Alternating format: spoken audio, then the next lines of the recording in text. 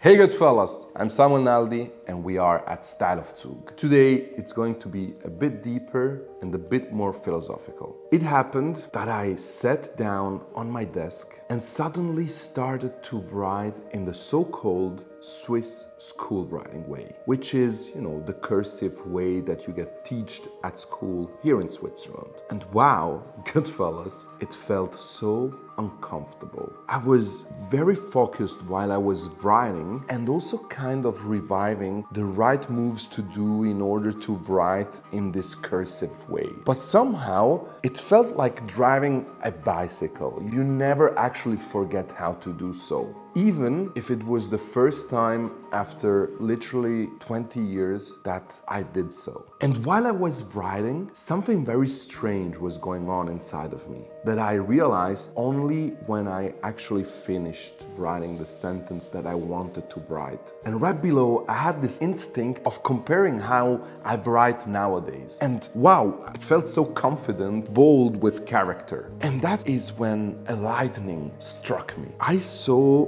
on a piece of paper the old me and the updated version of me. And the sentence that came to my mind immediately was, I am my handwriting. While handwriting gets nice with some practice, the point is that writing cursive literally brought me back in the mindset of being a 10-year-old boy. And while I was writing, I did feel the insecurities and the fragility that I had with me, that 10-year-old kid. I felt like being in a school class and having that anxiety of performing at school, which I wasn't great at. And I was kind of surprised that even as a 33 years old, my cursive still looked like a 10-year-old boy. And then another big question mark hit me. Who am I? Am I the person above, imprecise, trembling, a bit insecure? Or am I the person below, bold, with character, secure? Is this who I really am?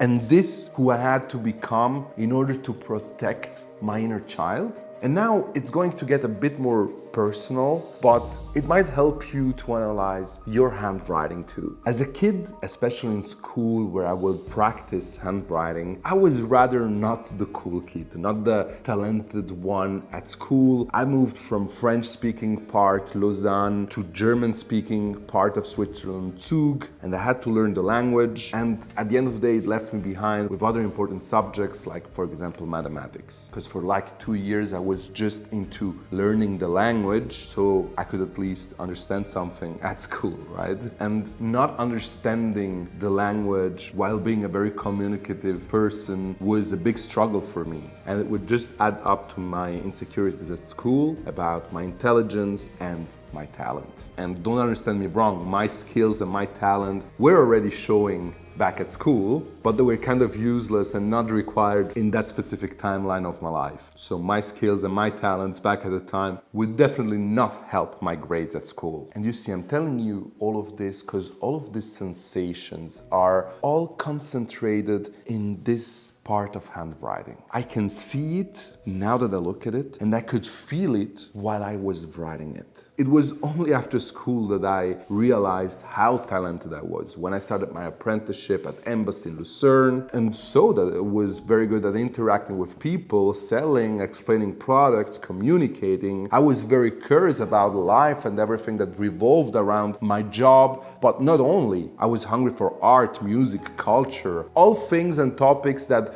would help me excel and fit in a conversation with people that were between 10 to 13 years older than me. And this is exactly where this new Samuel Naldi was born. A Samuel Naldi with new beliefs about himself, a Samuel Naldi that knows things and that doesn't get judged by his grades, but rather for his skills and knowledge in real life. A Samuel Naldi that knows what to say, where to say it, and why he should say it. Simply a Samuel that knows what he has to do. So if I lay back, I see the old me, the Samuel Naldi kid, and I see the new me, the Samuel Naldi adult, the person I am and the person I have become. This Samuel Naldi is still with me every single day and is being guided by this Samuel Naldi. And so I am both. I am the person I was as a kid, pure, curious, and I am the person I have become, the one that protects the kid